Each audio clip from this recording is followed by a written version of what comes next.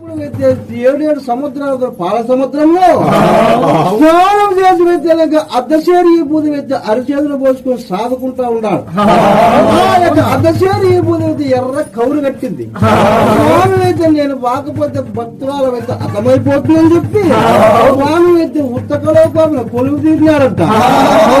ఆ యొక్క బండి వెళ్తే ఎట్లా వస్తా ఉన్నదప్ప అంటే బండి వచ్చే రవిలి చూడమ్మా ఎద్దల్లా పాపమ్మ బండే వచ్చే తుడుకు చూడమ్మా ఎద్దల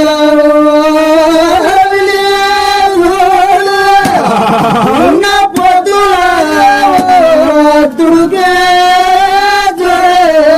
బండే చూడమ్మా మన ఎద్దల్లా పాపమ్మ బండే